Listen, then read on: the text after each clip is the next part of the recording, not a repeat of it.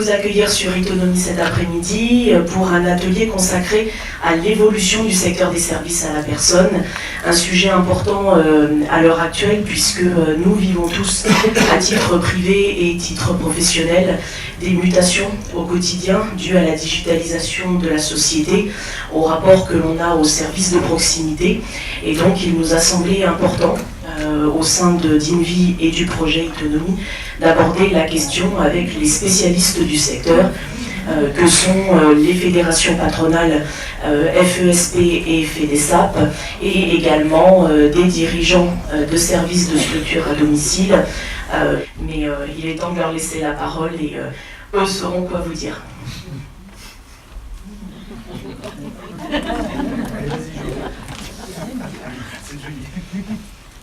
Merci. Merci de m'accueillir, merci de la responsabilité de l'introduction, en tout cas de la première tour de parole. Merci pour la photo aussi qui est valorisante pour la coupe de cheveux. Donc, c'est vrai que ça, personne c'est passionnant, mais on perd un peu les cheveux. Que vous dire très rapidement, avant qu'on en échange, on se connaît bien sur cette table ronde.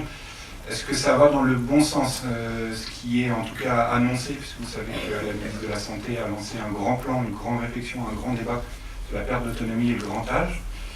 Et depuis de nombreuses années, nous nous fréquentons de façon très très régulière sous la tutelle de la CNSA, la Caisse nationale de solidarité de l'autonomie, et la Direction générale de la cohésion sociale pour travailler, parce que pour être un nouveau modèle de financement de l'accompagnement des personnes âgées, personnes handicapées à domicile, qui, vous le savez bien, mérite toute notre attention. Alors est-ce que ça va dans le bon sens? Oui, en tout cas sur les constats, puisque je crois que tous les acteurs ici présents, mais aussi les autres acteurs, du monde associatif notamment, se rejoignent sur les constats. C'est déjà pas mal.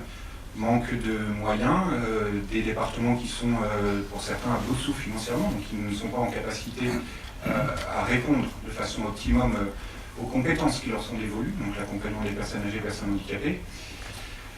Un manque aussi de valorisation de nos métiers, mais qui passe aussi par la tarification que les collectivités octroient via les deux principales aides que sont l'APA et la PCH. Et on voit les difficultés grandissantes, on l'a vu récemment dans les EHPAD, on le voit un peu moins au domicile, mais poindre sur la valorisation des métiers. Et pourtant, je dis bien et pourtant, je vais être très positif parce que je crois que cette table ronde peut être positive. Le secteur se structure, le secteur professionnalise et de fait qu'il le fait beaucoup, accompagne les professionnels, accompagne aussi tout l'écosystème aidant, et ça mérite d'être souligné. Néanmoins, on l'a vu, et c'est aussi l'enjeu du grand débat, mais peut-être aussi la deuxième question qui nous était posée, la masse salariale, c'est-à-dire globalement ce que nous valorisons auprès de nos clients ne peut pas être la seule variable d'ajustement du modèle économique des structures. Dit de façon un petit peu moins pompeuse, il nous faut des moyens pour valoriser tout ce qui est fait de façon excessivement pertinente dans le cadre d'un écosystème efficient. Et nous, dans ce cadre-là, nous pensons que le domicile peut être une réponse totalement efficiente, en tout cas adaptée aux besoins des personnes âgées. 89-90% de nos concitoyens souhaitent vieillir à domicile, et si possible bien vieillir à domicile. Et d'ailleurs, je préfère parler d'allongement de la durée de la vie en bonne santé que de vieillissement de la population, c'est plus flatteur et c'est plus la réalité. Et les structures de maintien et d'accompagnement à domicile répondent parfaitement à ça. C'est-à-dire que les personnes âgées sortent, ont une vie, et j'ai envie de dire, les services à la personne sont une vraie chance, en tout cas pour répondre aux besoins des personnes âgées. Une vraie chance parce qu'à 90 ans, on peut être autonome chez soi, on peut avoir envie d'avoir une vie sociale, et ne pas résumer le domicile à une logique totalement médico-sociale ou sanitaire, que peut être une des dérives à l'heure actuelle, mais de dire qu'on a une chaîne de prise en compte, une capacité à accompagner de façon exponentielle les personnes âgées. Et moi j'aime bien, alors je l'emprunte à la directrice de la CNSA, mais notre job, structure de maintien à domicile, c'est de répondre à des besoins, et pas de créer des offres. Vous voyez, la différence, elle est primordiale, et je salue Patrick qui est en vie, et qui va reprendre le flambeau, parce que sinon je vais parler tout seul pendant 1 heure.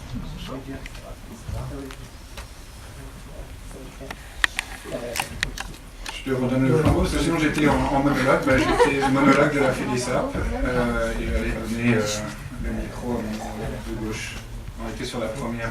Oui, ça, j'ai tout juste de commencer. Vraiment tout ceci. Voilà. Parce que j'ai juste quelqu'un là. Eh bien, écoutez, c'est monsieur Jacot, c'est ça? Bien, écoutez, bonjour à tous, désolé du retard. Voilà, j'étais un tout petit peu en retard et donc j'ai roulé à 50 au lieu de 30. J'ai pas vu le stop et donc accident, mais tout va bien. C'est plus de peur que de mal et Asma m'a sauvé. Puis c'était un employé municipal avec qui j'ai fait un accident, donc elle le connaissait. Donc on finit le constat tout à l'heure. Merci Asma. Ça fait, c'est l'écosystème et quand on connaît toujours dans la proximité et puis que ça se passe calmement, voilà, on arrive à tout gérer presque. Voilà, bon, j'ai failli mourir il y a 10 minutes, mais je me suis remis de mes émotions depuis, et donc on va revenir sur le vif du sujet, ce qui vous intéresse. Et donc on a des sujets tout à fait importants. Alors, on a la chance d'avoir un plateau exceptionnel, en tout cas qui correspond bien à l'esprit de votre forum Autonomie, où on a quand même, je salue la performance de réussir autant d'acteurs, parce que nous on le fait, moi je suis chez EHPA Presse, on organise un certain nombre d'assises plutôt à Paris, on sait le boulot qu'il y a derrière, donc félicitations pour avoir réussi à réunir ce plateau-là et puis l'ensemble de votre manifestation. Je ne sais pas si vous êtes présentés les uns les autres, du coup, même pas. Donc, on a tout à ma gauche Béatrice Piron, qui est députée à l'ERM des Yvelines. C'est la troisième, la quatrième des Yvelines. La troisième, hein, c'est ça. Et qui a comme particularité, Madame Piron, c'est peut-être la seule à l'Assemblée nationale, je ne sais pas, je crois, qui a dirigé elle-même une entreprise de service à la personne. Donc elle connaît parfaitement le sujet, même si elle veut nous parler en tant que politique. Elle connaît parfaitement Asma, et moi-même je l'ai vu en formation il y a 2 ans de cela. Voilà, je m'en souviens. Tout à fait. On a donc à sa gauche Olivier Peraldi, qui est le directeur général de la FESP, la Fédération des entreprises de services aux particuliers, qui est la première fédération représentative des entreprises dans le domaine du service à la personne en règle générale. On a David Da Silva, qui est le directeur de Senior Compagnie à Versailles, qui est fédéré au SINERPA. Donc on a l'ensemble des fédérations d'entreprises qui sont représentées. Et enfin, je crois qu'il s'est présenté cette fois, Julien Jourdan, qui est directeur de la FEDESAP, la Fédération des entreprises de services de proximité et à la personne. Presque. De services à la personne et de proximité. Mais ça va, les mots sont bons, il fallait juste les mettre dans le bon ordre. Parfait. Alors, du coup, je ne sais pas ce que tu as commencé à raconter, Julien. C'était en improvisation. Partie en improvisation sur les groupes de travail. La tarification. Parfait, voilà, c'était la première question, c'était juste pour savoir où est-ce que je reprenais les choses. Effectivement, on a un premier sujet quand même qu'on va aborder de suite, c'est la question du financement des SAD, des services d'aide et d'accompagnement à domicile.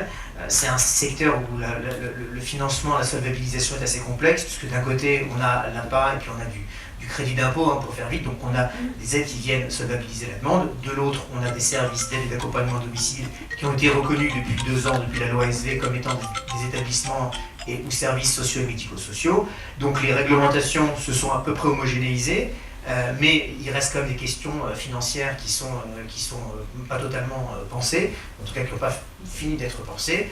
Un groupe de travail, un comité de pilotage sur l'allocation des ressources TESAD au niveau national avec la Direction générale de la cohésion sociale, donc le ministère et la CNSA, qui avancent et qui doivent rendre leurs conclusions à la fin de l'année, début de l'année suivante, et ce qui coïncide avec maintenant les groupes de travail qui ont été lancés dans le cadre du plan Grand Âge et Autonomie qu'a voulu le gouvernement et piloté par le ministère d'Agnès Buzyn.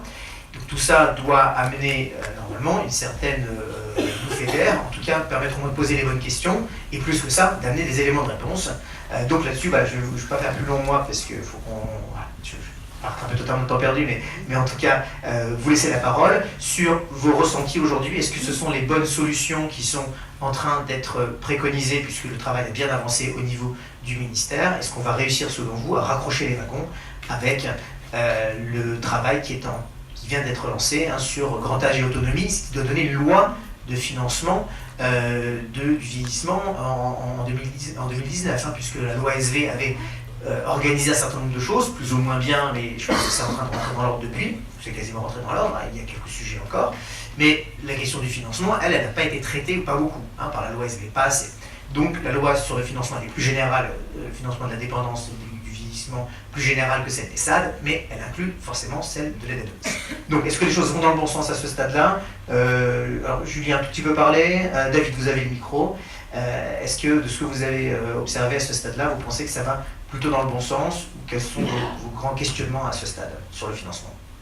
Alors à mon sens, moi qui est du coup du terrain, puisque je gère une structure directement sur le terrain à Versailles, du coup sur les Yvelines, clairement les travaux qui ont été lancés par la DGCS et la CNSA sur la tarification vont dans le bon sens, dans le sens où il y a clairement une sensibilisation justement du manque de moyens criants de nos structures. Je pense aussi qu'ils se sentent un petit peu obligés au vu du vieillissement et du manque de solutions qu'ils ont et des nombreuses alertes qui leur ont été faites par les différentes fédérations. Les études ont montré effectivement des besoins criants sur les tarifs. Les études ont été faites sur un peu moins de 90 départements, donc pour évaluer un peu le tarif moyen de l'APA par département, majoré ou non en fonction de l'habilitation aux aides sociales ou non. Clairement, pour faire simple, sur le tarif de base, l'APA non habilité, en semaine, la moyenne est à 19,80 et quelques, donc moins de 20 €, TTC bien sûr, puisque effectivement nous, en tant que structure, on voit pas, c'est pas ça qu'on se met entre guillemets dans la poche pour financer le roulement du service. Donc clairement, la direction est plutôt la bonne. Après, il y a différentes voies étudiées qui sont très intéressantes sur la régulation, parce que finalement l'enjeu c'est sur la régulation.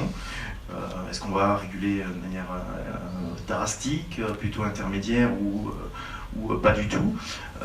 Tout s'arbitre autour de ça. Clairement, il y aura une régulation. Ça a été rejeté, effectivement, l'absence totale de régulation pour les structures, même pour de la tarification. Et après, l'enjeu se tourne sur effectivement à quel niveau on va pouvoir réguler, surfacturer aux bénéficiaires en plus de la tarification. Ce qui est certain, c'est que la dynamique est plutôt pour une tarification nationale. Donc il y a quand même pas mal de monde qui l'ont demandé depuis de nombreuses années. Après, la problématique est toujours la même, c'est qu'à quel niveau? Je veux dire, réguler c'est bien, on peut réguler totalement si le tarif horaire qui est mentionné nationalement est très haut, personne ne criera au scandale. Par contre, s'il est très bas, réguler au maximum, ça ne fera pas tourner les structures. Et on a clairement besoin de ces moyens pour faire tourner nos structures, pour donner justement un avenir professionnel pour les professionnels du domicile, qui est à mon sens des acteurs majeurs justement de ces structures.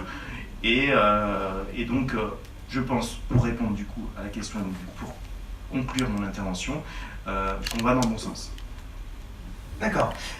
Olivier Perali, même type de question, peut-être une toute petite précision que je peux apporter à ce stade-là sur les hypothèses qui sont formulées actuellement par ce groupe de travail, où on est sur un tarif socle, qui serait un tarif de remboursement de l'APA. Alors, les fédérations essaient de défendre le fait qu'il soit national, c'est pas totalement acquis, mais c'est plutôt le sens que ça prend aux dernières nouvelles. Donc un tarif socle, à partir duquel on est remboursé sur l'APA, les gens sont remboursés sur l'APA, et derrière, il y a la question de la différence entre ce tarif socle, parce qu'on se doute qu'il ne va pas couvrir l'ensemble du coût d'un service, qui est de 23-24 € de l'heure aujourd'hui, pour donner une moyenne. C'est un tarif de remboursement, on parle de 20-21 € peut-être. Donc derrière, il y a ces 3 € de différence pour aller vite. Et du coup, ces 3 €, c'est une partie complémentaire. La question aujourd'hui, c'est est-ce que c'est du reste à charge que payent les personnes, qui est un vrai sujet, ou bien est-ce que c'est du financement public aussi dans le groupe de travail? Ça peut être du financement public s'il y a une contractualisation avec le conseil départemental. C'est ça l'idée. Et donc, c'est sur ces bases-là que la discussion se fait. C'est juste pour un peu préciser les choses. Et du coup, votre sentiment à vous, Olivier Peraldi, par rapport à ce système et ce qui est en train de se travailler? Patrick, comme vous venez de le dire, ce qui a changé, si je puis dire, et je le dis devant Madame la députée, c'est que tout à coup, tout est ouvert. On nous avait finalement dirigé sur une loi ASV, soi-disant concertée. Nous en avions vu, nous, les risques, et nous les vivons maintenant. Et au fond, aujourd'hui, qu'est-ce que l'on voit? C'est qu'effectivement, les pouvoirs publics ont pris la mesure de l'échec de la loi ASV. Je ne dis pas que la loi ASV n'a que du mauvais, mais tous les aspects excessifs de la loi ASV, ou aussi les aspects qu'elle n'avait pas voulu voir, aujourd'hui sont pleinement sur la table de travail. Et on doit en remercier les pouvoirs publics qui ont pris cette décision, que je trouve, moi, courageuse, mais de toute façon, elle était absolument indispensable. En réalité, la loi ASV, moi j'ai envie de parler des trains qui n'arrivent pas à l'heure. On ne va pas parler des choses que la loi ASV a bien faites, après tout, la loi est là pour ça. Mais quand la loi n'atteint pas certains de ses objectifs, c'est de cela dont il faut parler. En réalité, aujourd'hui, les structures, qu'elles soient associatives ou entrepreneuriales, ne vont pas mieux. En réalité, elles vont même moins bien. Donc si l'objectif de la loi ASV, il y a 2 ans, maintenant un peu plus, était de pérenniser l'activité, eh bien c'est raté. Donc merci, oui, au pouvoir public d'avoir reposé la question. Il le fallait. Et ce que nous espérons, nous, c'est que dans 3 ans, on ne repose pas encore à nouveau la question. Parce que ce dont nous avons besoin, nous tous, que peu importe qu'on soit association, entreprise ou autre, ce que nous souhaitons, c'est de la stabilité maintenant. Ce que nous souhaitons, c'est avoir une activité qui ne soit pas fragile, qui arrive à sortir renforcée de ce souhait des pouvoirs publics de remettre tout à plat. Et donc, de ce point de vue, nous sommes extrêmement attentifs et participatifs sur l'ensemble des débats qui ont été dits au sein du ministère, à la DGCS ou avec la CNSA, etc. Nous en parlons beaucoup avec la représentation nationale et évidemment également avec l'ensemble des acteurs, à commencer par un certain nombre de départements. Parce qu'il est vrai que la question finalement de l'équilibre financier, de la dépendance ou de l'autonomie, peu importe les termes, elle n'est pas résolue. Et aujourd'hui, on sait, un certain nombre de départements sont dans des situations absolument dramatiques en termes de finances.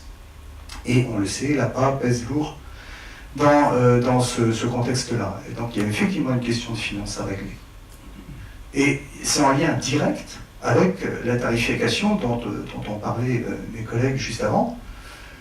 Effectivement, on va vers un tarif unique national socle qui serait majoré en fonction de réalités territoriales, soit liées au profil des personnes qui y vivent, soit liées à des considérations géographiques ou topographiques compliquées qui rendent finalement le métier, le service plus coûteux à réaliser. Et donc effectivement, pour que le service existe et qu'il perdure, eh bien, il faut prendre en compte ce coût dans la tarification. Oui, bien sûr, nous souhaitons, ça fait des années qu'on le demandait, nous souhaitons, nous, qu'il y ait effectivement une harmonisation en termes de tarifs. Il faut aller au-delà. Et c'est là aussi où c'est intéressant. Est-ce que la ministre, Madame Buzyn, a annoncé, il y a quelques jours maintenant, lorsqu'elle a lancé la concertation Grand Âge et Autonomie, nous y étions, sur la gouvernance, nous semble absolument capital. La gouvernance, qu'est-ce que c'est? La gouvernance, c'est finalement comment s'entendent les pouvoirs publics à tous les échelons, territoriaux, nationaux. Comment s'entendent-ils pour que tout ça fonctionne? Et surtout que nos structures, là encore, peu importe le régime d'exercice, mais que nos structures puissent mutualiser, puissent aller chercher des points d'optimisation de gestion, etc. J'arrête là-dessus, juste 558 CEPOM signés à ce jour. Nous attendons toujours de savoir s'il y en a 2 qui sont identiques. À tout ce que je viens de dire, je rajouterai un point. C'est le manque de transparence dans la pratique des départements. On jette la pierre à aucun département, c'est pas le sujet. C'est simplement qu'il faut changer la nature et la façon de travailler. Et on doit maintenant, les départements doivent aussi, eux, apprendre à être transparents sur ces questions-là. La question, c'est pas de savoir si on est d'accord, si on est pour ou si on est contre les CEPOM. Ça, on peut en parler, on peut disserter là-dessus pendant des heures, comme le sexe des anges. C'est pas la question. La vraie question, c'est s'il y a un CEPOM, quel est le cahier des charges? Peut-on avoir accès au cahier des charges? Peut-on s'opposer au cahier des charges ou pas? Peut-on en discuter ou non? Aujourd'hui, ce n'est pas le cas. Merci Olivier Beraldi. Béatrice Piron, vous êtes députée. Vous étiez auparavant directrice de structure, de service d'aide à domicile, donc vous êtes parfaitement sensibilisée à ces problématiques. Est-ce qu'aujourd'hui, en tant que député, vous êtes investi sur ces sujets et qu'est-ce que vous avez envie de répondre par rapport aux premières interrogations que vous avez entendues? Alors tout d'abord, je vous remercie de m'avoir invité. Donc Asma, avec qui j'ai discuté au téléphone, et effectivement, je me souviens avoir suivi ce cours sur ASV il y a quelques années. Je reconnais dans la salle quelques têtes connues. Alors, je ne fais pas partie de la commission des affaires sociales et je ne suis pas directement impliquée dans ce projet-là, donc je n'aurai pas de petites informations croustillantes ou détails à vous donner sur ce point de vue, mais je les suis, on va dire, de plus ou moins loin, puisque c'est un sujet que je connaissais, que je connais encore un petit peu, je n'ai pas tout oublié. J'ai rencontré notamment M. Da Silva déjà 2 fois en 1 an à Versailles, ma permanence, pour en discuter, et j'essaye autant soit peu de suivre ce sujet. À titre personnel, je travaillerai sur un groupe de travail qui est en train de se mettre en place avec Sandra Boutin, qui est une députée de l'Isère, qui fait partie de la commission des finances. Surtout, on a déjà travaillé, on continue de travailler sur la défiscalisation et le prélèvement à la source. Donc, avec la petite problématique qu'il y a eu sur le prélèvement à la source pour l'emploi direct et le report donc de prélèvement à la source sur l'emploi direct, avec également une volonté sur plusieurs sujets alors là, je vais faire une erreur encore, de travailler à la contemporanéité. Voilà. Contemporanéité. Voilà. C'est dur à prononcer. C'est curieux d'ailleurs. Voilà. Donc, le prélèvement en source en faisait partie. Mais on réfléchit également, par exemple, pour tout ce qui est maintenant charges, déduction de charges, puisque vous avez donc, des impôts qui sont contemporains sur vos revenus, mais pas sur les déductions de charges. Donc aujourd'hui, les bénéficiaires donc, qui prennent un service à la personne, on va dire, en début d'année, au mois de janvier 2018, ne pourront déduire ou récupérer leur crédit d'impôt qu'en fin 2019. Donc ça fait beaucoup de mois à attendre pour récupérer donc, leur crédit d'impôt, et donc on aimerait que ce soit également fait dans l'année, voire même mois par mois. C'est ça, le but c'est d'arriver à 1 mois par mois, mais là-dessus la FESP avait beaucoup défendu cette proposition. En attendant, on est quand même là sur janvier 2019 sur un acompte. Oui, pour ceux qui avaient déjà des services en 2017, voilà, mais ceux qui démarrent en 2018 par exemple. Oui, voilà. même ceux qui ont démarré en 2018. Voilà. Donc quand on est pour les autres c'est 60%. Voilà, quand on est dans un service régulier, il n'y a pas vraiment d'avance de trésorerie. On a corrigé le problème initialement prévu donc, pour éviter ce report de trésorerie. Et donc ça, pour les services courants, récurrents, donc, le problème est réglé. Par contre, il y a le problème de l'amorçage de la première année où il reste un problème et donc on voudrait y travailler. Donc c'est le petit sujet que je travaillerai. De façon plus globale, pour prendre un petit peu de hauteur, j'ai toujours remarqué qu'on parlait beaucoup plus des EHPAD que du domicile. Alors c'est vrai qu'il y a des situations graves, difficiles, dramatiques, qui méritent d'être alertées au niveau des EHPAD. Mais je crois qu'il faut se battre aussi parce que la majorité, je crois, et les statistiques l'indiquent que la plupart des personnes âgées souhaiteraient rester à domicile, peut-être même jusqu'à leur mort, au moins le plus longtemps possible. Et la majorité des Français restent à domicile. Or, on entend dans la presse beaucoup plus parler de l'EHPAD que du maintien à domicile. Donc je pense qu'il faut réussir à remettre le débat un petit peu plus sur le domicile, surtout qu'il y a de l'évolution, il y a des possibilités, il y a de l'intermédiaire aussi, il y a de la résidence autonomie, maintenant on parle d'EHPAD hors les murs. Donc il y a aussi des évolutions qui sont entre le domicile et l'EHPAD. Et je pense que voilà, il faut ramener un petit peu vers le domicile. Oui, merci beaucoup Madame Piron. Peut-être Julien Jourdan, puis ensuite Olivier Beraldi voulait intervenir de nouveau sur ce comité de pilotage, revenir sur le financement, et puis effectivement il y a des choses importantes qui ont été dites, hein, notamment sur l'importance à donner au domicile, on va y revenir dans un instant. Sur ce comité de pilotage, est-ce qu'on avance bien pour vous aussi côté FEDESAP? Qu'est-ce qui reste à traiter comme sujet qui vous paraissent encore totalement clairs dans les résultats de ce groupe de travail? Je vais reprendre ce que vient de dire mon voisin, et j'allais pas le dire différemment, en fait c'est l'essentiel. On partage les constats, on se dit qu'on est d'accord sur une éventuelle méthode, mais bon, néanmoins, l'un n'est pas déconnecté du groupe de travail mis en place par Madame Buzyn. On a besoin d'une vision, j'ai envie de dire d'un courage politique pour solvabiliser globalement le défi qui est celui de l'allongement de la durée de la vie de nos concitoyens. On va tripler sur une période de 20 ans, les besoins des personnes accompagnées au domicile et j'ai envie de dire aussi en établissement. Donc se pose la question, mais bien plus en amont, du financement global de cette politique. Revenu à ce qui nous intéresse, ces services d'aide et d'accompagnement à domicile, nous ce qu'on prêche et ce qu'on a prêché pendant la loi ASV, c'est au regard des pratiques et d'une décentralisation et donc de pratiques assez hétérogènes sur les territoires, remettre un petit peu d'état, tout simplement pour reprendre des principes. Il n'est pas normal qu'une personne âgée, ayant le même niveau de dépendance, même niveau de revenu, n'ait pas le même niveau d'accompagnement, qu'il soit qualitatif ou financier, sur un territoire et sur un autre. Donc les études sont pléthores.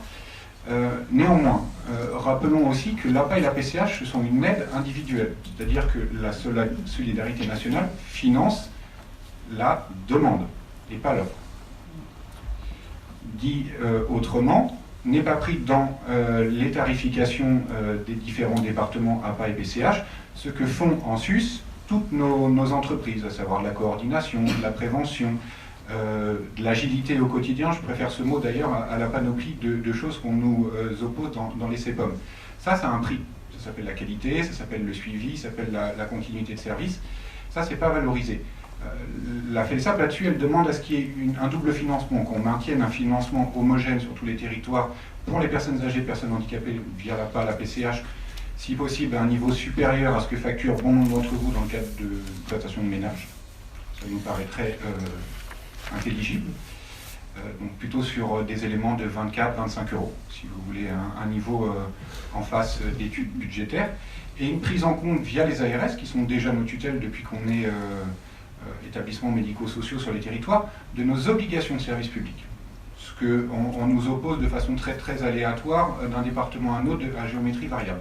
Ça, globalement, ça s'appelle un cahier des charges, celui de l'autorisation, et ça s'appelle la prise en charge de spécificités territoriales, comme l'a dit Olivier tout à l'heure.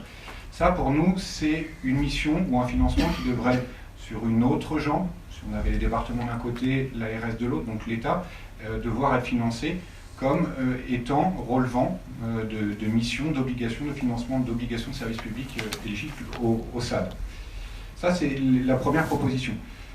Quant à celle qui nous intéresse le plus, c'est-à-dire est-ce qu'on va avoir les moyens de ce discours plus micro sans réfléchir à l'enjeu qui est le financement à terme. Écoutez, il y a des groupes de travail initiés, en tout cas pilotés par Dominique Libaud. On verra bien ce qu'il en sort. Est-ce qu'il y aura un cinquième risque et quelle modalité de financement de ce cinquième risque? À voir. En tout cas, ne pas oublier qu'on va devoir accompagner 3 fois plus de personnes âgées à domicile et en établissement, et que dans ce cadre-là, le domicile, même si ce n'est pas une entité homogène, ce n'est pas une personne en tant que telle, a des choses à dire, en tout cas des choses à faire valoir en termes d'efficience dans les financements des pouvoirs publics. Et celui-là, conjugué à la transparence évoquée par Olivier, il n'est pas neutre aussi. C'est-à-dire que dans la pesée, il faut peut-être aussi revoir une manière de fonctionner via une manière de financer. Très bien, merci Julien. Est-ce qu'on a un chiffre à donner sur le besoin en financement public dans le cadre à la fois du vieillissement de la population, cette politique-là, mais sur l'aide à domicile? Combien il manquerait pour bien financer les SAD les uns les autres? Vous avez des réflexions là-dessus, des chiffres à donner, ou bien ce serait peut-être trop s'avancer à ce stade? Olivier Peraldi peut-être, je ne sais pas si vous avez réfléchi comme ça. C'est important, des chiffres, on en a vraiment beaucoup, puis ça va du simple au double, voire au triple, selon ce que vous voulez faire passer comme idée. Mais si on veut rester sur une approche très macro, en fait on sait qu'on ne pourra pas financer Tout le monde le sait, personne ne veut le dire, mais moi je vous le dis. On ne pourra pas le financer avec l'argent public, vous voulez dire à 100%, c'est ça? Mais tout le monde sait aujourd'hui, mais tout le monde sait, et un petit comité en off, ou comme on veut, tout le monde dit, bien sûr qu'on ne sait pas financer. Et quand Julien dit à juste titre, oui, il y aura 3 fois plus de personnes au fond qui auront des besoins, tout le monde sait qu'on ne pourra pas les financer. Bon, alors une fois qu'on a dit ça, qu'est-ce qu'on fait? On arrête? On fait autre chose? Et bien sûr que non. C'est pour ça que les chiffres, attention, il faut se méfier, et puis à un moment donné, qui paye? La question qui a été posée par le président de la République à un moment donné est très intéressante, à vrai dire. C'est est-ce qu'on fait ou pas une 5e branche? C'est quoi la question? La question de la 5e branche, c'est qui paye? Si c'est une 5e branche classique de sécurité sociale, c'est appuyé sur l'activité. C'est donc tous les salariés qui payent. C'est donc des cotisations sur les emplois en plus. Bon, on vient de négocier avec mes camarades et les ministères la prise en compte de la compensation de la suppression du CICE, CITS. Et on va chercher des points de cotisation en moins sur l'assurance chômage et sur la maladie. Il y a même plus baroque encore. Mais l'important pour nous tous, c'était bien d'obtenir cette compensation. Globalement, on peut dire qu'à terme, on l'aura obtenue. Et ça ne règle pas du tout la question de là-bas. Du tout. Donc, on sait qu'on a une grande difficulté à pouvoir assumer la vague démographique qui arrive. Alors, c'est d'autant plus rageant, si vous me passez l'expression, que s'il y a bien une science exacte ou quasi exacte, c'est la démographie. Parce qu'avec la démographie, on a à peu près 40 ans de visibilité devant nous. Parce que vous naissez, vous grandissez, et puis au fond, on sait que vous allez vieillir. Et on a une progression assez linéaire. Pendant 40 ans, on n'a rien fait, ou pas grand-chose. Et en fait, cette vague qui arrive, dont on sait maintenant pertinemment qu'on ne pourra pas la financer, elle arrive, elle est là. Voilà pourquoi le débat d'aujourd'hui est extrêmement important, et merci de le poser ici. Beaucoup en parlent, évidemment. Et voilà pourquoi c'est extrêmement important, et voilà pourquoi on n'a pas une réponse toute faite. En tout cas, moi, j'en ai pas. Je crois qu'il y a une chose qu'il faut avoir à l'esprit, et j'arrêterai là-dessus, c'est, en fait, on finance des personnes. Et ça me paraît très délicat de partir sur l'idée de financer des structures. On finance une allocation. Si on reste sur la personne et l'individu, il est clair qu'on cherche une hétérogénéité, une égalité de traitement entre les personnes, que vous habitiez à Arras, les Mureaux, Carpentras ou ailleurs. Et normalement, vous devez avoir à peu près accès aux mêmes prestations et au même niveau d'allocation. C'est une question d'égalité. Après, ce tarif-là, comme on l'a vu, il peut être modulé.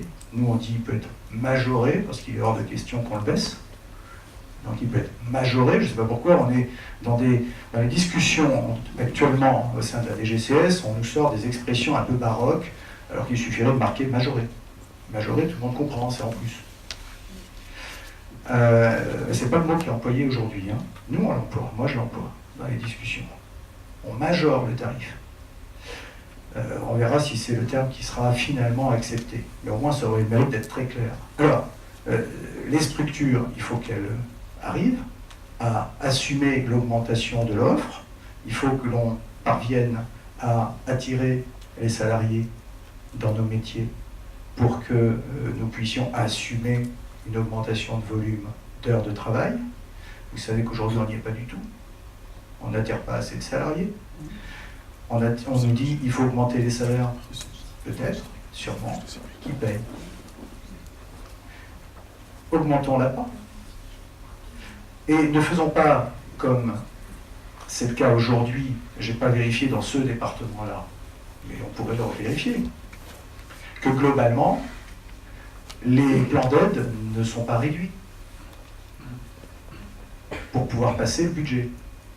Puisque la question qui est posée aujourd'hui, et on le sait bien, tous nos adhérents nous le font remonter de partout en France, en réalité, c'est que les départements, on jette la pierre à personne, encore une fois, chacun ses responsabilités, il y a un budget à boucler en fin d'année. Mais les départements, pour s'en sortir, ont tendance à plus ou moins réduire les plans d'aide. Vous avez moins de services pour même prix. C'est ça la réalité. Donc, c'est ce défi-là que le gouvernement aujourd'hui doit relever avec nous. Et on veut y prendre notre part, et on y prend tous notre part d'ailleurs. Alors, cinquième risque, pourquoi pas. L'argent, ce sera donc sur l'activité, a priori, sauf à ce que ce soit un cinquième risque d'une autre nature, et discutons-en. C'est possible, hein, il y a des scénarios, on le sait.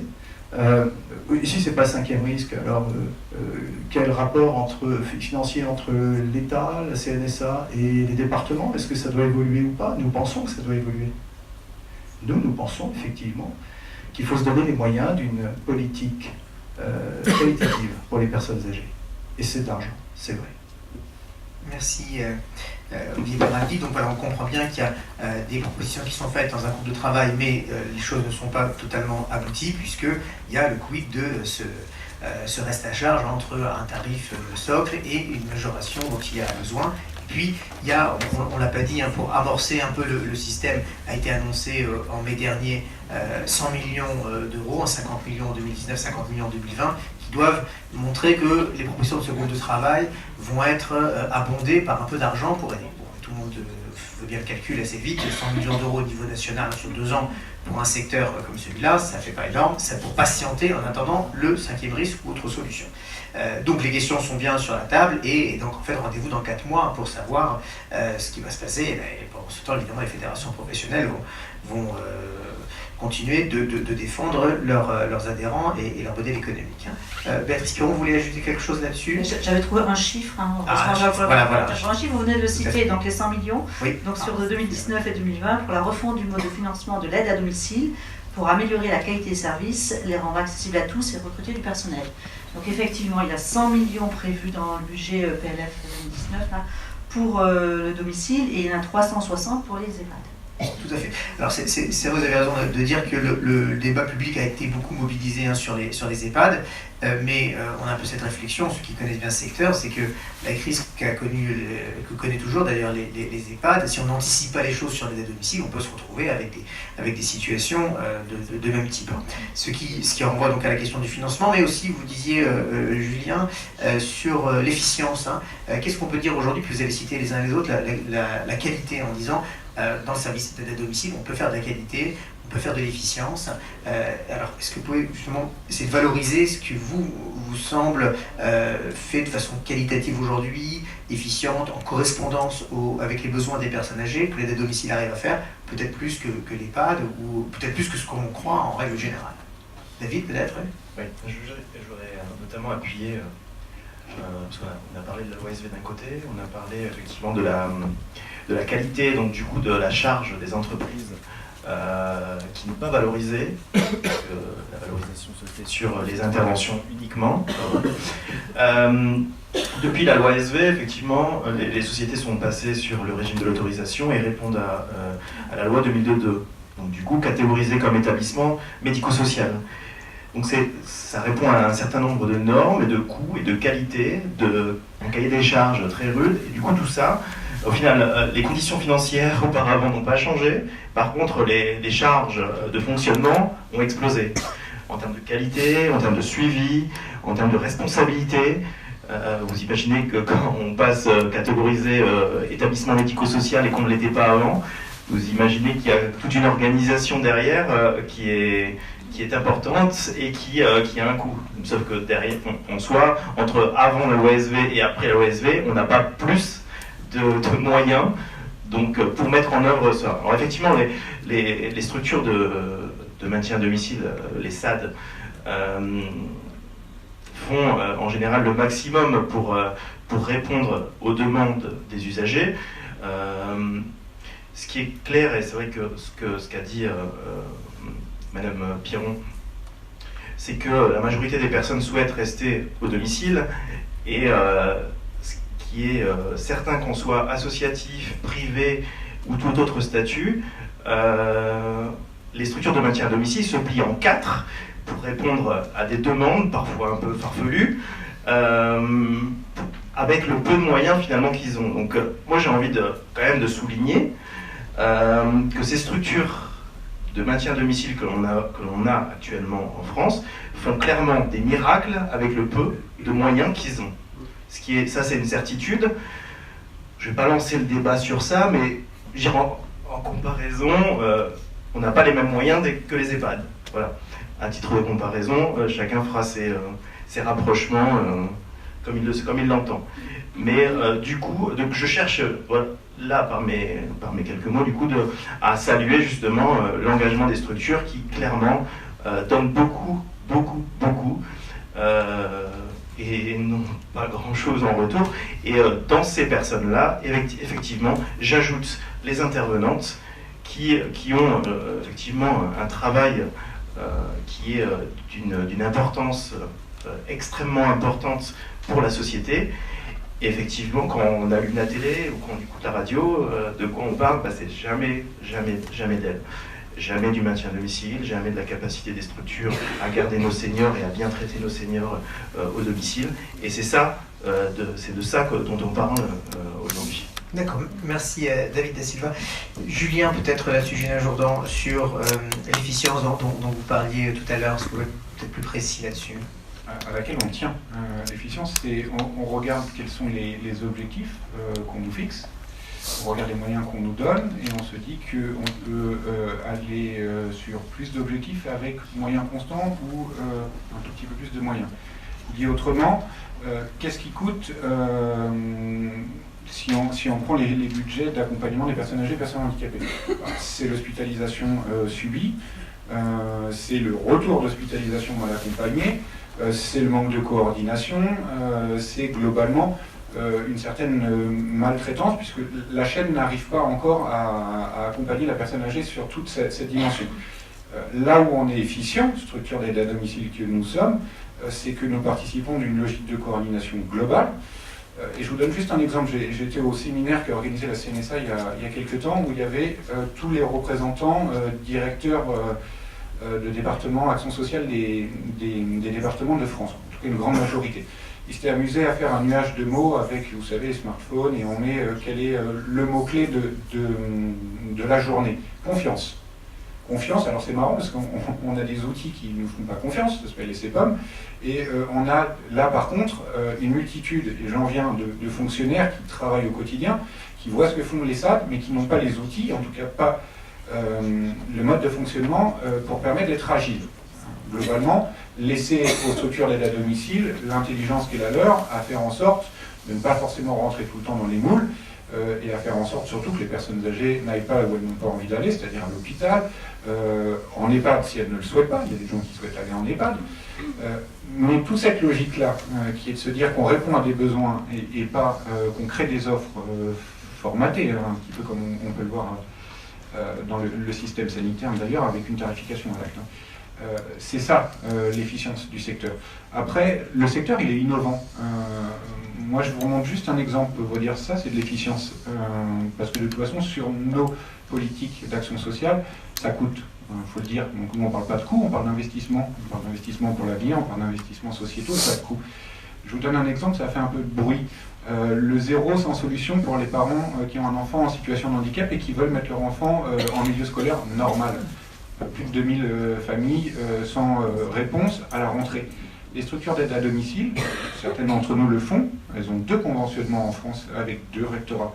Elles pourraient ne pas faire ce qu'elles le font et ce qu'elles sont contraintes de faire, c'est-à-dire prendre le pitchoun le matin chez soi, le déposer devant l'entrée du lycée, du collège ou de l'école scolaire, et le reprendre le soir. Elles pourraient faire toute la chaîne, à condition que sur toutes les chaînes de réflexion, dans les collèges, dans les lycées, dans les rectorats, on puisse faire rentrer ça avec de l'agilité. L'agilité, c'est pas une convention. Où on se dit que le boulot du collège ou du lycée, c'est plutôt de référencer des gens dont c'est le boulot de le faire, plutôt que de recruter des auxiliaires de vie scolaire, qu'ils ont du mal d'ailleurs à recruter. Ça, c'est de l'efficience. D'ailleurs, ça coûte moins cher au budget du rectorat. Et quelle formidable évolution de société de se dire que si on est un jour par enfant en situation de handicap, on peut s'adosser sur une offre, ça s'appelle des services d'aide et d'accompagnement à domicile, qui gère tout. Ça s'appelle de la confiance. Merci Julien. Alors, vous avez raison d'insister et sur la dimension innovante et sur le fait qu'il y a également des personnes handicapées qui sont accompagnées par vos services, que l'innovation elle n'est pas nécessairement technique, elle peut aussi être sociale, elle peut être sur la conception des services, sur le public visé, par rapport à ce que vous disiez là, mais cette innovation elle est également technique, technologique, et on est dans un forum qui fait la part belle, qui a raison de le faire à la Silver Economy. Ça fait partie des points de modernisation importants et d'innovation. Peut-être Olivier Peraldi, avec la FESC, vous avez monté, vous êtes vraiment intégré de plus en plus dans un système, dans un écosystème Silver Economy, avec des expériences innovantes. Est-ce que vous pouvez nous dire vous, ce que vous percevez sur cette modernisation de l'offre avec du digital et en lien avec l'écosystème qu'on appelle la Silver Economy? Oui, Patrick, je vais répondre. Je voulais juste une petite précision sur le sujet précédent, parce que c'est extrêmement important, ce que disait Julien, sur l'innovation, pour le coup, pas technologique, mais je vais y venir, mais l'innovation sur les pratiques. Et les pratiques, notamment dans les relations entre les structures et leurs interlocuteurs publics. Aujourd'hui, on fait l'inverse de ce que nous devrions faire, en réalité. On admet une hétérogénéité des pratiques des départements et on ne supporte pas la diversité entre les structures. Quand je dis on, c'est le pouvoir public. Il faut inverser en réalité cette approche-là. Il faut le faire avec un peu de compréhension, il faut le faire avec un petit peu de temps, mais il faut le faire. En réalité, je reprends le terme, il faut effectivement faire confiance aux structures. Il faut faire confiance aux structures tout en leur donnant un cap. Mais ce n'est pas dans la défiance et dans l'obligation d'aboutir à cet objectif-là qui a été pensé généralement très loin du terrain qu'on y arrive. Et d'ailleurs, on n'y arrive pas. Donc notre proposition à nous, c'est d'inverser cette façon de travailler. C'est ce que nous, aujourd'hui, nous expliquons aux élus actuels. J'en viens, et oui, et puis un exemple. Quand je rencontre Mme Claire Compagnon, déléguée interministérielle à l'autisme, vous savez que c'est un axe fort du nouveau gouvernement, et qu'on leur explique que nos structures, que ce soit pour les personnes âgées ou pour les enfants d'ailleurs, nos structures, pour beaucoup, ont expérimenté des choses. Et que peut-être que ça pourrait être utile que de regarder déjà ce qui existe et ce qui est expérimenté sur le terrain par ceux qui sont là, certains qui sont là. Je crois qu'on est entendu là-dessus et on nous demande, nous, aujourd'hui, de présenter des fiches de bonnes pratiques repérées. C'est ce que nous sommes en train de faire. Vous voyez, ça, c'est d'innovation pour nous. C'est d'innovation dans la gouvernance. Et c'est extrêmement important et on a beaucoup d'espoir là-dessus. Je ne dis pas que ça va tout résoudre, mais c'est déjà un très bon point. Je voulais illustrer ça sous l'angle de l'autisme, quel que soit l'âge de la personne qui en souffre. Sur la technologie, oui, bien sûr, il y a, vous savez, parfois cette illusion que la technologie va tout résoudre. Alors la technologie, c'est formidable, nous on adore. On préfère encore l'humain et on pense, comme beaucoup j'imagine ici, mais ici je suis sûr qu'on partage cette idée, mais peut-être pas ailleurs. On pense qu'effectivement la solution elle passe par une bonne articulation entre l'humain et la technologie, Patrick. Et donc nous travaillons depuis un certain temps sur ce sujet-là avec des collectivités aussi. On est très avancé avec, par exemple, Orléans Métropole sur ce sujet-là. On en discute très bien avec certains départements aussi, et ça devrait aboutir dans les prochains mois à des choses très intéressantes, même si on a bien avancé déjà avec Orléans Métropole. Alors, qu'est-ce que c'est avancer sur la question de la technologie associée à une situation de vie au sein d'un domicile? C'est déjà se parler autour de la même table des ingénieurs et nous, c'est-à-dire nos adhérents en réalité, c'est-à-dire des dirigeants de structures, des professionnels, des intervenants à domicile, qui eux en fait connaissent le domicile. Parce qu'en réalité, le Living Lab par exemple d'Orléans Métropole, qui est un des plus grands d'Europe, il y a 37 start-upers, avec des têtes très bien faites, ils sont très sympas, en plus très dynamiques, assez jeunes tous, et ils ont plein d'idées. Et ça c'est formidable parce que cette énergie-là, on en a besoin aussi. Mais ils ont plein d'idées sur un domicile qu'en réalité ils ne connaissent pas. Et ils ont plein d'idées sur des métiers qu'en réalité ils ne connaissent pas. Les métiers du domicile, nous on les connaît. Et donc on s'est rapproché d'eux, et je remercie d'ailleurs le maire d'Orléans, le président de la communauté, de la métropole, d'avoir entendu ce discours. Quand on lui a dit, au fond, vous avez un Living Lab, il est formidable, vous en faites beaucoup de publicité, on a rencontré certains des start-upers, ils nous disent qu'ils ont inventé quelque chose de formidable pour le domicile, et ça va rendre la vie des personnes âgées tellement plus agréable, etc. Et pourtant, ça ne va pas fonctionner. Il nous a dit, mais pourquoi ça ne fonctionnerait pas? On lui a dit, parce qu'en fait, vous nous avez oubliés. Et dans votre groupe de travail, dans vos groupes de travail, auprès de vos start-upers, il n'y a pas un seul professionnel du domicile, il n'y en a pas un.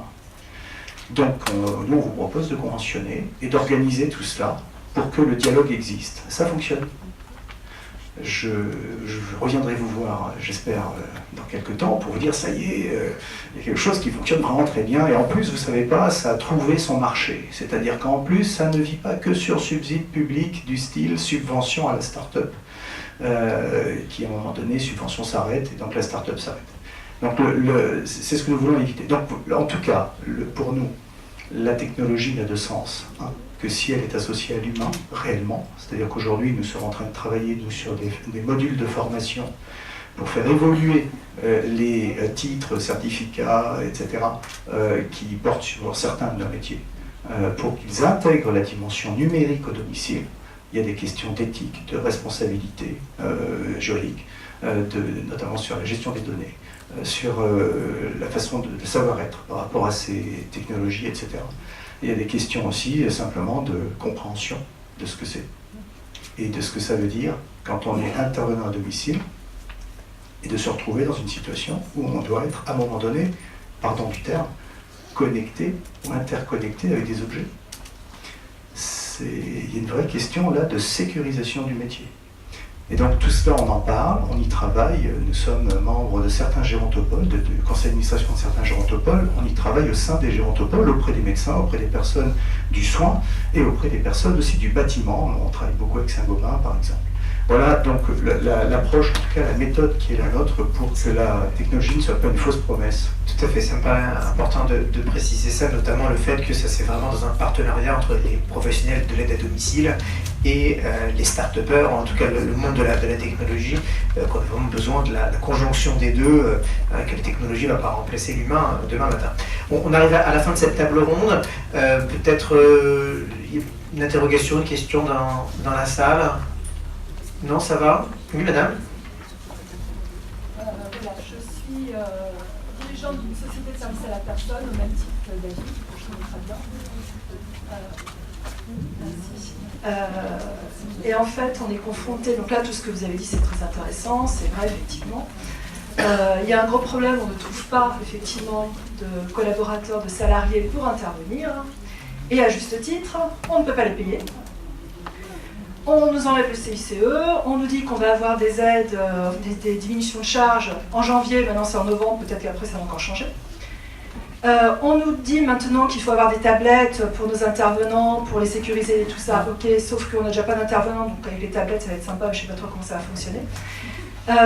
Je pense qu'avant de réfléchir à tout ça, il y a une grosse problématique qu'il faudrait peut-être voir avant, c'est valoriser ces fichus métiers du maintien à domicile, que ce soit de l'aide ménagère, que ce soit de l'assistante de vie, que ce soit de l'accompagnateur, du jardinier, de tout ça, parce que moi j'ai tout ça dans ma structure, ils ne sont pas valorisés. Quand on demande au Pôle emploi, on a besoin de personnel, alors attendez, là, j'ai une esthéticienne là, qui en ce moment, elle n'a pas trop de boulot, on va vous l'envoyer. Un jour, je demande à un jardinier, j'avais un directeur financier qui m'appelle. Oui, en attendant, là, je suis un peu au chômage, je vais faire un petit peu ça. C'est pas ce qu'on demande. On demande des vrais métiers, des gens qui ont envie de s'investir dans nos domaines, parce que ce sont des vrais métiers, c'est des métiers qu'on peut faire aussi avec passion. Moi, j'ai des aides ménagères qui me font ça depuis 12 ans, ça fait 12 ans que j'existe, et qui bossent, et qui ont envie de faire ça. Mais on a beau inventer tout ce qu'on veut, des tablettes, des machins, des trucs, si on n'a pas les gens derrière, ça ne sert à rien. Moi, ça fait 12 ans que j'existe, je compte même plus le nombre de collègues qui ont arrêté, qui sont en burn-out, ils n'en peuvent plus. Et nous aussi, on en a ras-le-bol. Donc on a beau nous dire tout ce qu'on veut, des tablettes, des aides, des machins, des CEPOM et tout ça, on n'y arrivera pas. Il faut déjà commencer par le début, c'est-à-dire valoriser nos métiers. faire une information nationale en expliquant en quoi consistent nos métiers. Essayer de valoriser tout ça, de mettre en lumière nos professionnels. Aujourd'hui, c'est des petits boulots. Je viens chercher un petit boulot. Non, c'est pas un petit boulot, c'est un vrai métier. On travaille chez des humains. Est-ce que vous, vos parents, vous aimeriez les donner à des gens comme ça qui arrivent dans la rue, qui ne savent pas quoi faire de leur journée? Non, on a envie qu'ils soient là, qu'ils soient protégés, qu'ils soient aimés, qu'on puisse, ou même, ne serait-ce que donner notre maison pour un entretien du domicile à des personnes qui ont envie et qui ne vont pas faire ça en dilettante, en allumant la télé pour regarder les feux de l'amour, ou en allant prendre une cigarette sur le balcon parce que ça leur casse les pieds de passer l'aspirateur. Je pense qu'il faut commencer par là. Et tout le temps qu'on n'aura pas pris ce problème à la base, on n'y arrivera pas, malgré toutes les bonnes idées qu'il peut y avoir. Très bien, merci pour ce témoignage. Du vécu et qui parle évidemment bien aux gens. Alors je pense que tout le monde autour de la table est convaincu par vos propos et les partage, hein, parce qu'ils dirigent eux-mêmes des structures ou représentent des gens qui en dirigent. Et du coup, peut-être un mot de conclusion de chacun sur l'importance de la valorisation des métiers, en sachant qu'on va en reparler dans la table ronde de 15h30. Un dernier tour de table, Madame Piron, allez-y. Je vais commencer, alors je vous comprends bien, hein, parce que j'ai été moi aussi pendant 7 ans seulement, donc responsable d'une structure. Et j'ai décidé d'arrêter avant de tomber en burn-out. Alors bon, je ne suis pas sûre d'avoir choisi le bon métier pour me reconvertir, mais bon, j'essaye d'agir aussi. Je connais bien le problème. Alors si ça peut vous rassurer, il n'y a pas que dans ce métier-là, c'est dans tous les métiers. J'ai des postes ouverts en tant qu'assistant parlementaire. Et je peux vous dire que pour être assistant parlementaire dans les Yvelines, je n'ai pas de candidat non plus. Et c'est pourtant des niveaux de salaire corrects.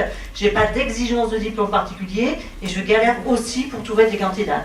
Donc voilà, c'est ce qui m'a amené en politique. C'est pour ça que j'ai voulu faire de la politique, justement pour essayer de revaloriser et réussir à faire en sorte qu'en quoi les entreprises trouvent des candidats et des salariés professionnels. On y travaille, donc je ne suis pas venue aujourd'hui ici pour faire la politique politicienne, mais c'est vrai qu'on a essayé de revaloriser la mobilité professionnelle, les formations professionnelles et la dernière loi liberté pour choisir son avenir professionnel. Donc on fait ce qu'on peut à mon domaine, à moi ici, mais c'est vrai que ce sont des métiers qui ont besoin d'être revalorisés, je suis d'accord avec vous, mais le nerf de la guerre, qu'est-ce que ça va être? C'est toujours l'argent. Ça va être l'argent. Voilà, c'est l'argent. Et bon, je ne sais pas s'il y a des gens du conseil départemental ici, on a évoqué également le problème du tarif. Voilà, on ne peut pas, en vendant 20 € TTC de l'heure, donner des salaires 1000 € boulot. Tout le monde est d'accord, tout le monde le sait, madame. On y travaille, chacun a sa place et on fait ce qu'on peut. Alors, donc ça veut dire qu'en fait, il n'y a aucune solution. Olivier, peut-être. Pas demain matin. Si on peut juste bref dans la conclusion, mais peut-être donner quelques éléments, madame, sur quoi vous vous battez concrètement, quoi. Oui, ce que j'entends, je l'entends tous les jours. Je l'entends tous les jours par nos adhérents et de nos collègues, etc. Évidemment. Et c'est tellement vrai. Moi, je vais vous poser une question. Est-ce que vous vous souvenez d'une campagne nationale de valorisation de nos métiers en 2015 ? Parce qu'il y en a eu une. Voilà. Et donc personne ne s'en souvient. On se souvient vaguement qu'il y a eu un truc. Mais personne ne s'en souvient. Parce que vous voyez, il faut sortir de cela. C'est-à-dire que on est tous d'accord sur les constats. On est tous d'accord sur les constats. Et vous avez raison d'insister. On est tous d'accord pour dire qu'il faut faire quelque chose.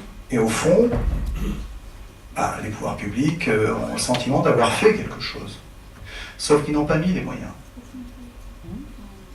Ils ont fait quelque chose pour nous qui sommes dans le secteur.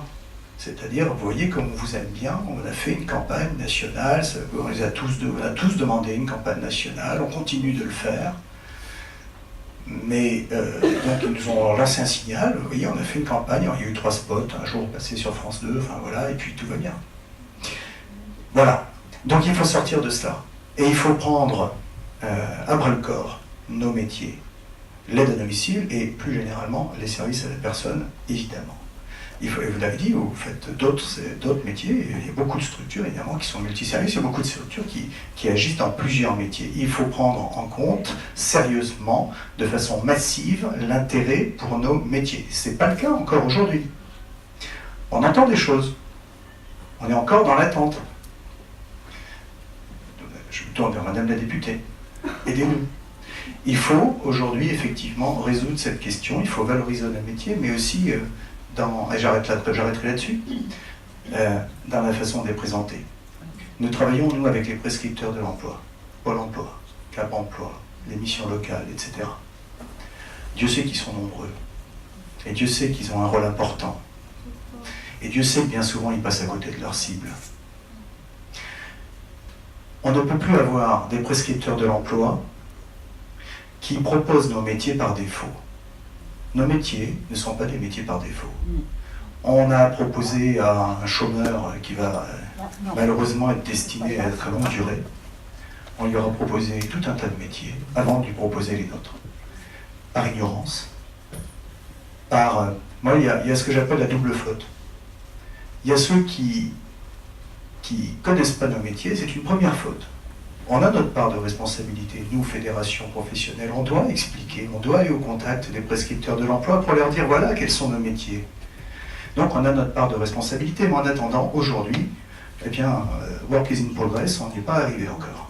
Ça, c'est une première faute, c'est qu'ils ne connaissent pas nos métiers. La deuxième faute, c'est qu'ils croient les connaître. C'est-à-dire qu'en plus, ils en parlent savamment, mais ils se trompent sur toute la ligne. Et en fait, ils ne valorisent pas nos métiers, parce qu'ils ne les ont pas compris, parce qu'ils en sont toujours à la femme de ménage. Et c'est dramatique, à vrai dire. Quand on l'appelle pas la bonne aussi, oui, on a eu ça. Vous voyez ce que je veux Ou dire. la domestique. Voilà. Je pense de terminer. Je termine par une anecdote qui n'en est pas une. Je me retrouve dans une réunion à la DGCS, Ministère des Solidarités et de la Santé, il y a une semaine. Il y en a une deuxième lundi prochain. Là, lundi. J'y serai à nouveau. On est 40 dans la salle. Il y a 30 personnes qui prennent la parole, évidemment, vous imaginez, ce ne sont pas du tout des gens de notre secteur. Qui expliquent que... alors ça portait sur les gardes d'enfants, excusez-moi, mais c'est une anecdote. Garde d'enfants. Vous vous rendez compte, des gardes d'enfants, il n'y a pas de diplôme, ils ne sont pas qualifiés, il faut vite se dépêcher de faire quelque chose, etc. Je prends modestement la parole, je dis, mais attendez, pardon, mais il y a un peu des diplômes quand même, un certain nombre, et puis il y a quand même un certain nombre il y a un agrément, il y a des... Enfin, bref, il y a beaucoup de choses, il y a des certifications, ça existe. Mais vous voyez, ces personnes prenaient la parole sans savoir. Première faute, elles ne connaissent pas.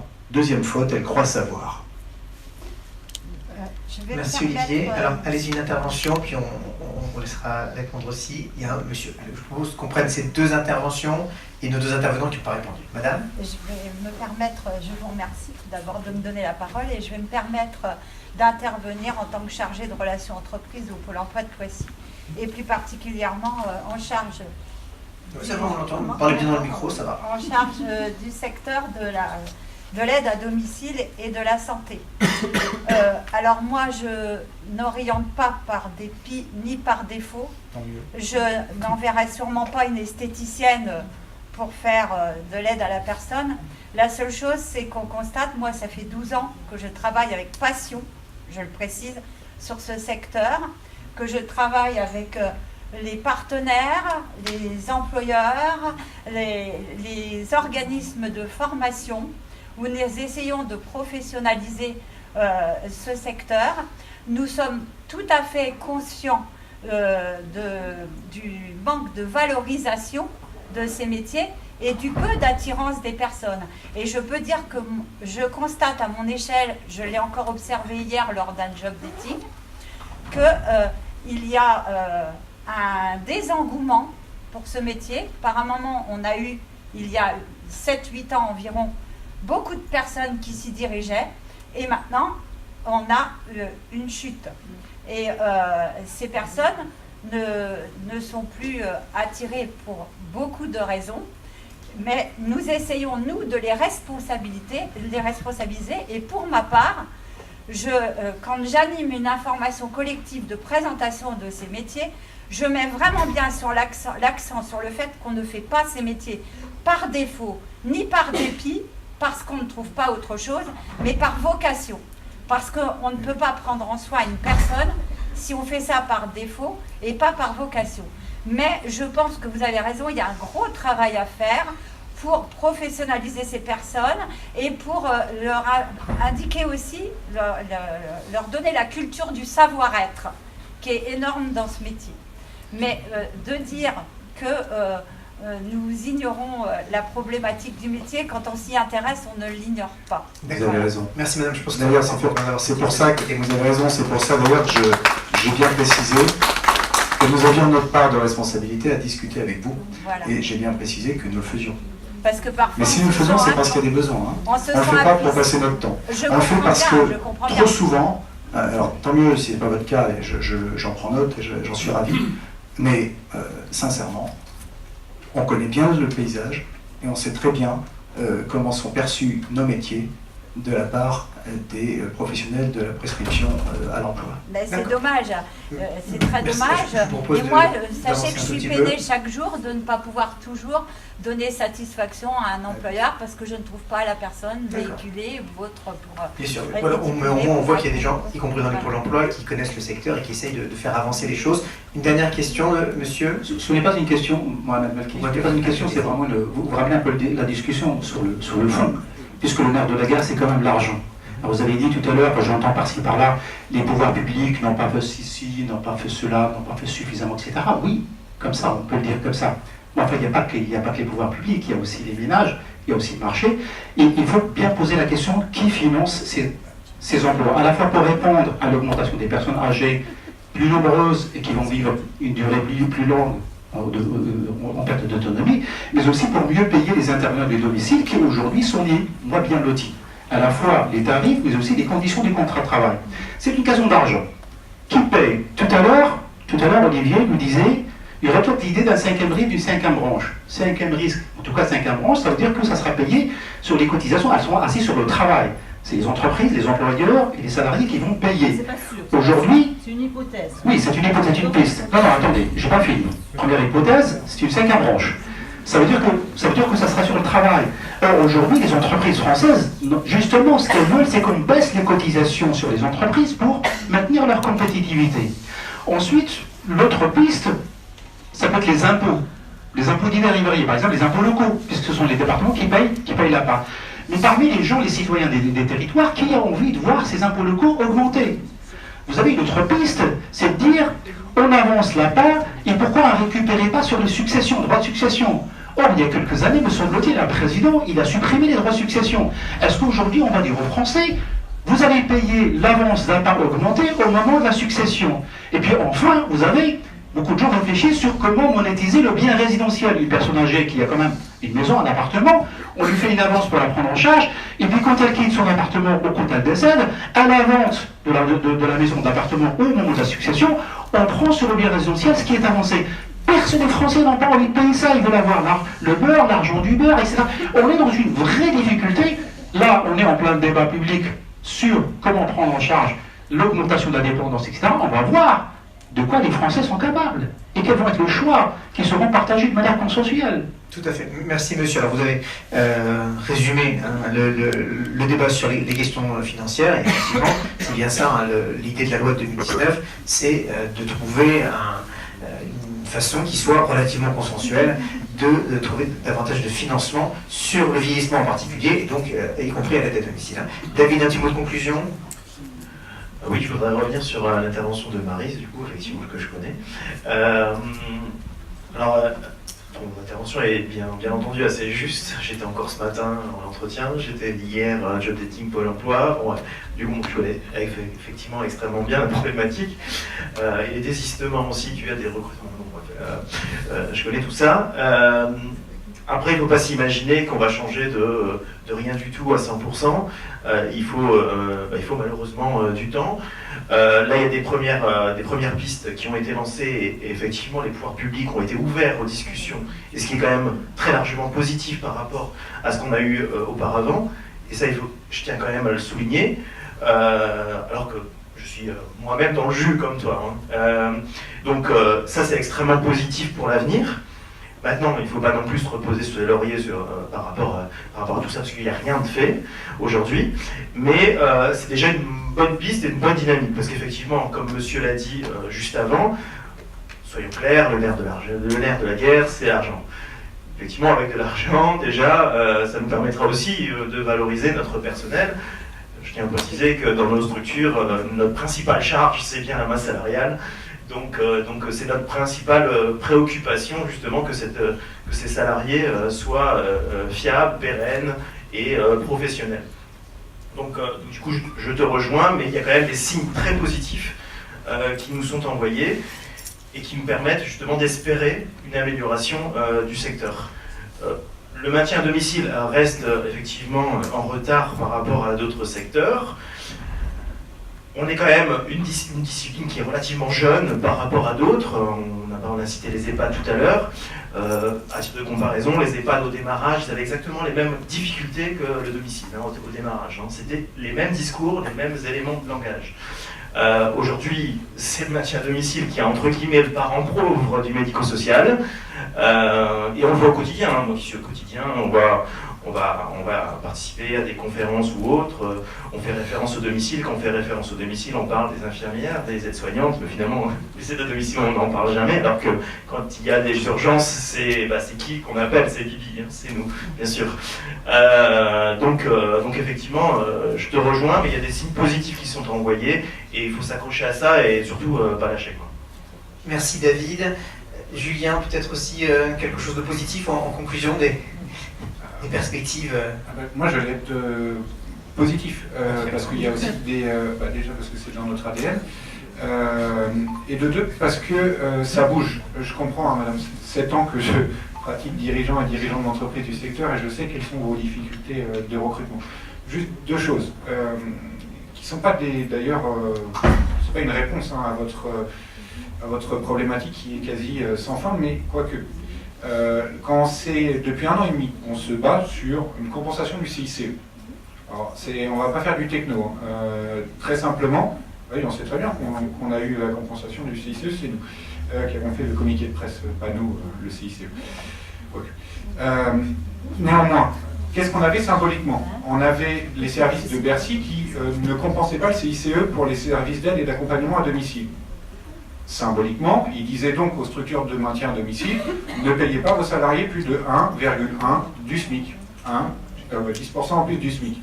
Quand on a sur les autres réflexions, autres ministères d'ailleurs qui se parlent très peu, la santé, des réflexions sur la tarification, et qu'on va dans le dur du sujet, je suis désolé, à un moment il faut mettre des chiffres, on a le droit d'être déstressé sur les chiffres, ça coûte. Nous on ne dit pas ça coûte, c'est un investissement. Si on commence à réfléchir à 25 € de l'heure, en moyenne, plancher par tout le monde, plus une solvabilisation de ce que vous faites de facto, c'est-à-dire la coordination, et de ce que vous ne facturez pas. Là, vous avez un modèle un peu plus vertueux qui vous permet de payer correctement vos salariés. Et j'en finis par là, parce que je sais le travail que vous faites, moi je le suis côté formation professionnelle, juste une dernière étude que la branche a fait l'an dernier, sur les conditions de travail des salariés. 450 chefs d'entreprise interviewés, 450 salariés. Vous savez quoi ?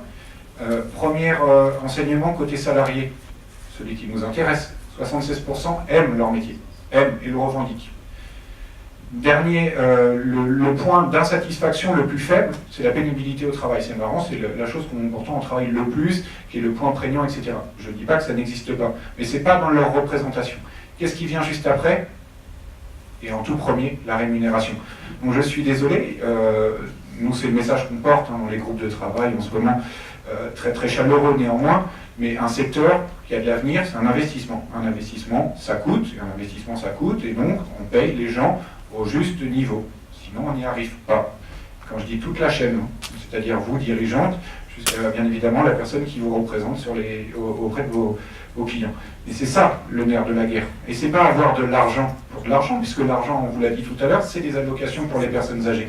C'est simplement pour que la chaîne devienne vertueuse et que la seule variable d'ajustement, on ne cesse de le répéter, ne soit pas la masse salariale de vos collaborateurs, puisque juste au-dessus, et elle est toute petite, c'est vos résultats. Merci Julien. Écoutez, je vous propose d'applaudir nos intervenants.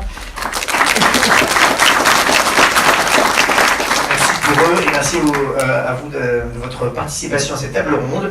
On va enchaîner sur la prochaine dans quelques minutes. Alors, Asma connaît bien le plan de la salle et va vous dire la suite des événements. Merci. Donc, vous avez beaucoup interpellé le conseil départemental au travers de cette table ronde. Je vous invite donc à vous diriger vers l'auditorium pour justement participer à une conférence organisée par le conseil départemental des Yvelines et des Hauts-de-Seine.